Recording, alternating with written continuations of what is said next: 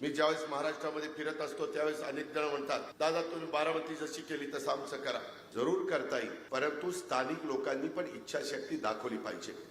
काही बाबतीमध्ये वेगवेगळे निर्णय घ्यावे लागतात. रस्ते अरुंद असतील तर रुंद करावे लागतात.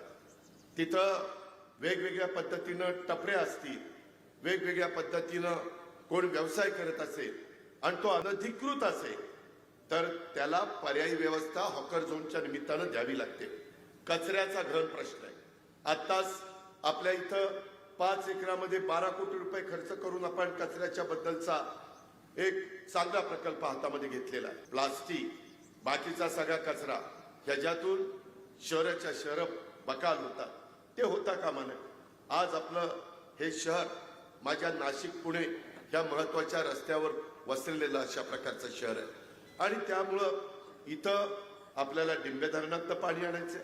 ती जवळपास 135-36 कोटी रुपयाची योजना आहे. आज आम्ही भारतीय जनता पक्ष, राष्ट्रवादी काँग्रेस पक्ष आम्ही सगळेजण मिळून तुम्हाला मतं मागायला आलेलो आहे. आज राज्याचे मुख्यमंत्री देवेंद्रजी आहे, मी उपमुख्यमंत्री आहे, मी तुमचा जिल्ह्याचा पालकमंत्री आहे. बाकीच्या केंद्रातल्या योजना आपल्याला आणाव्या लागतील. केंद्रामध्ये पंतप्रधान नरेंद्र मोदी साहेबांच्या नेतृत्वाखाली खूप मोठ्या मोठ्या योजना आहेत. घरकुलाची योजना आहे, पंतप्रधान आवास योजना, स्मार्ट सिटीची योजना आहे, अशा अनेक प्रकारच्या योजना आहेत. त्या योजनाचाही निधी आपल्याला आणावा लागेल. राज्य सरकारचाही निधी आपल्याला आणावा लागेल.